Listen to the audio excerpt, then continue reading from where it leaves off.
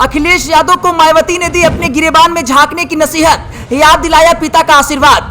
बलिया में पत्रकारों ने पूछा था मायावती को लेकर अखिलेश यादव से सवाल।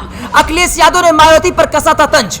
2019 में बसपा ने जीता था 10 लोकसभा सीट, सपा के हाथ लगी थी सिर्फ 5 लोकसभा की सीटें। समाजवादी पार्टी के अध्यक्ष अखिलेश यादव द्वारा अपनी विश्वसनीयता पर सवाल उठाए जाने पर मायावती ने उनको जवाब दिया है। उन्होंने सपा प्रमुख को बसपा पर टिप्पणी करने से पहले खुद के गिरेबान में झांकने की नसीहत दी है।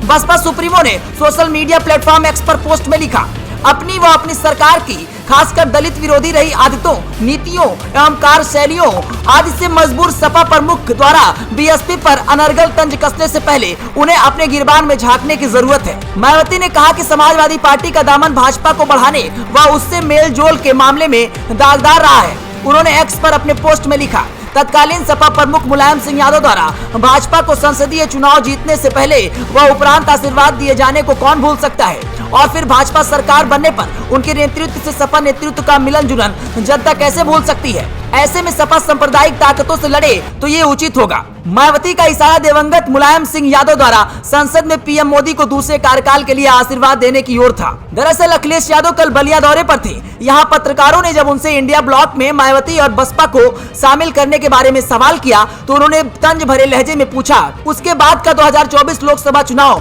भरोसा आप दिलाओगे?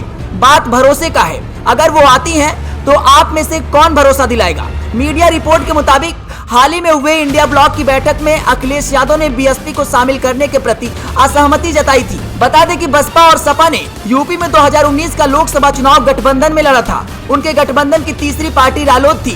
बीएसपी ने 10 सीटें जीती थी, जबकि सपा को 5 सीटों पर जीत मिली थी।